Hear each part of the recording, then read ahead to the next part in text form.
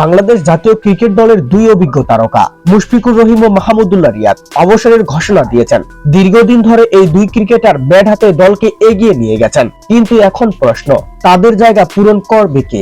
নতুনদের জন্য তৈরি হয়েছে সুবর্ণ সুযোগ। তাহলে চলুন জেনে নেওয়া যাক কারা হতে পারে ভবিষ্যতের তারকা। যেখানে শামীম পাটোয়ারীকে রাখা হচ্ছে মাহমুদুল্লাহর রিপ্লেস হিসেবে। জাতীয় দলের নতুন সম্ভাবনার নাম শামীম হোসেন পাটোয়ারী। বিপিএল ও ঘরোয়া ক্রিকেটে ধারাবাহিক পারফর্ম করে তিনি ইতিমধ্যে আলোচনার কেন্দ্রবিন্দু। সম্প্রতি ক্যারিবিয়ান সফরে 188 এর উপরে স্ট্রাইক রেটে 3 ম্যাচে 64 রান করে তিনি ছিলেন সিরিজের তৃতীয় সর্বোচ্চ রান সংগ্রাহক। লোয়ার মিডল অর্ডারে রিয়াদের বিকল্প হিসেবে শামীম হতে পারে এক দারুণ অস্ত্র।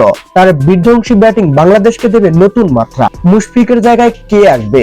উত্তরের অন্যতম সম্ভাব্য নাম নুরুল হাসান সোহান। তিনি শুধু দুর্দান্ত ব্যাটসম্যানই নন, বরং দেশের অন্যতম উইকেট কিপারও। 7 ওয়ানডেতে 82 করে 165 রান এবং 95 কাছাকাছি স্ট্রাইক রেটে বলে দেয় তিনি কতটা কার্যকরী হতে পারেন। শুধু তাই নয়, ফরচুন বরিশালের বিপক্ষে শেষ ওভারে 30 রান তুলে রংপুর রাইডার্সকে জেতানোর নায়কও এই নুরুল হাসান সোহান।